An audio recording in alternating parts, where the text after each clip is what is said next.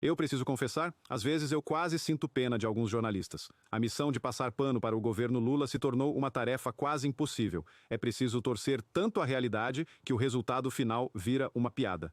E a última análise da jornalista Eliane Cantanhede é a obra-prima desse gênero. É uma tentativa tão desesperada de defender o indefensável, elogiando a aula do STF, que chega a ser constrangedor. A gente vai ver os detalhes dessa vergonha. Vamos direto ao que interessa, porque a gente precisa analisar com muito cuidado a peça de ficção que foi publicada em um dos maiores jornais do país. E eu chamo de ficção porque, sinceramente, a análise da jornalista Eliane Cantanhede parece ter sido escrita em uma realidade paralela, em um Brasil que só existe na cabeça dela e na dos seus colegas da bolha de Brasília. É um texto que tinha uma missão muito clara: tentar, a todo custo, criar uma narrativa de que o governo Lula está se recuperando e de que a oposição está se autodestruindo. Mas a tentativa foi tão forçada, tão desconectada dos fatos, que o resultado foi apenas patético. Vamos começar pela parte mais criativa da análise dela, a tese de que o presidente Lula não apenas se mantém à frente de todos os candidatos de 2026, como corre sozinho. E ela ainda diz que, embora ele tenha entrado em 2025 no fundo do poço, ele se recuperou ao longo do ano. Agora, a gente precisa se perguntar, se recuperou com base em quê? E é aqui que a análise dela vira uma comédia. Ela mesma admite com todas as letras que a recuperação aconteceu não pelos seus acertos e feitos do governo, mas pelo acúmulo de erros do bolsonarismo. E conclui com a pérola: Lula joga parado, a oposição faz gol contra. Pensem comigo no absurdo do que ela está dizendo. Ela está nos pedindo para acreditar que um governo pode melhorar sua popularidade sem fazer absolutamente nada de bom. Que um presidente pode se recuperar jogando parado. Isso não é análise política, é pensamento mágico. É a confissão involuntária de que o governo é tão ruim, tão sem resultados para mostrar, que a única forma de defender é inventando uma recuperação baseada nos supostos erros dos outros. Mas será que essa recuperação existe, mesmo que jogando parado? Vamos olhar para a realidade, para os fatos, para os números, que a própria Cantanhede convenientemente ignora. A pesquisa mais recente do Datafolha, que ela mesma cita de passagem, mostra que a avaliação negativa do governo, de 38%, continua maior que a positiva, de 33%. A reprovação ao trabalho de Lula, segundo a Genial Quest, está em 51%. A gente vê um pessimismo recorde com a economia, com quase 70% da população não vendo nenhuma perspectiva de melhora. A gente vê um rombo fiscal de 240 bilhões de reais, mesmo com uma arrecadação recorde. Isso é o retrato de um governo que está se recuperando? Ou é o retrato de um governo que está afundando e tentando levar o país junto? E enquanto a gente patina na irresponsabilidade fiscal e no pessimismo, o que acontece aqui do nosso lado, na Argentina? O presidente Javier Milei, que a nossa imprensa tratava como um louco, está fazendo o dever de casa. Ele cortou gastos, equilibrou o orçamento, e a Argentina, que estava quebrada, começa a dar sinais de um verdadeiro milagre econômico. A comparação entre o desastre do modelo petista e o sucesso do modelo liberal do nosso vizinho é tão gritante, tão humilhante para o governo Lula, que a única saída para jornalistas como a Cantanhede é fingir que a Argentina não existe e inventar uma recuperação imaginária aqui. Agora, vamos para a segunda parte da análise dela, que é ainda mais vergonhosa. A tese de que a oposição está fazendo gol contra. E qual seria o maior gol contra de todos? Segundo ela, a atuação do deputado Eduardo Bolsonaro nos Estados Unidos. Ela diz que a atitude dele de desertar e armar os Estados Unidos contra o Brasil foi um tiro de canhão no bolsonarismo.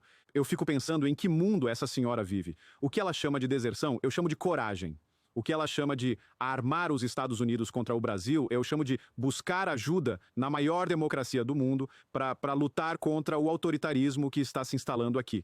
O trabalho que o Eduardo Bolsonaro e o Paulo Figueiredo estão fazendo em Washington não é um gol contra, é o gol de placa mais importante que a direita brasileira marcou nos últimos anos. Foram eles que furaram a bolha da grande mídia, que mostraram para o mundo a perseguição, a censura, as prisões políticas. Foram eles que levaram as informações que resultaram na Lei Magnitsky, nas sanções, na pressão que está fazendo o sistema em Brasília tremer. Chamar isso de erro não é apenas uma análise equivocada. É má fé, é torcer para que a gente ficasse calado, para que a gente aceitasse a tirania de cabeça baixa. A Cantanhede e a turma dela estão com raiva não porque o Eduardo errou, mas porque ele acertou em cheio.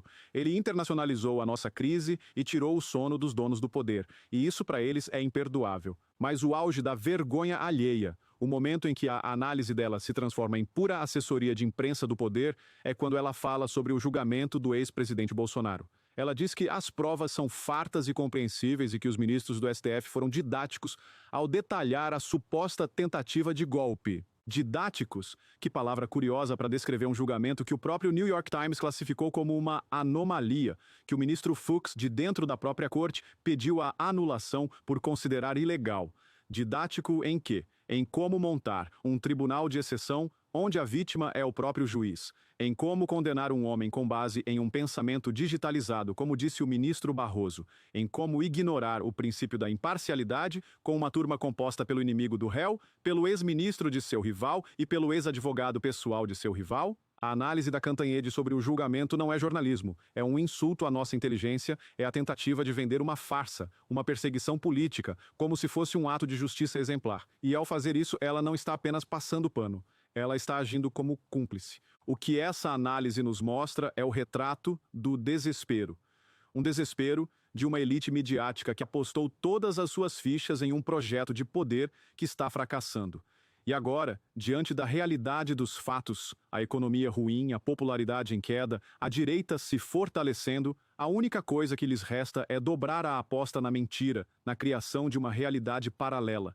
Nessa realidade paralela da Eliane Cantanhede, o Lula é um gênio que se recupera jogando parado. A oposição é um bando de incompetentes que só faz gol contra. E o STF é um templo de sabedoria, com ministros didáticos que estão nos salvando do fascismo. É uma narrativa que seria engraçada se não fosse trágica. O que me dá esperança é que essa narrativa não cola mais. O povo brasileiro acordou. A gente aprendeu a buscar informação em outras fontes. A gente aprendeu a questionar. E é por isso que análises como essa da Cantanhede não geram mais convencimento, geram piada, geram vergonha alheia. Elas são a prova final de que a grande mídia perdeu o monopólio da verdade. E isso, para eles, é a maior derrota de todas. Eles podem continuar a escrever seus contos de fadas, podem continuar a viver em seu mundo de fantasia, mas a realidade, cedo ou tarde, sempre se impõe. E a realidade é que o Brasil está sofrendo. E a culpa não é da oposição que denuncia, mas sim do governo que governa mal e do sistema que o apoia. E nenhuma ginástica retórica, por mais didática que seja, vai conseguir esconder isso por muito mais tempo.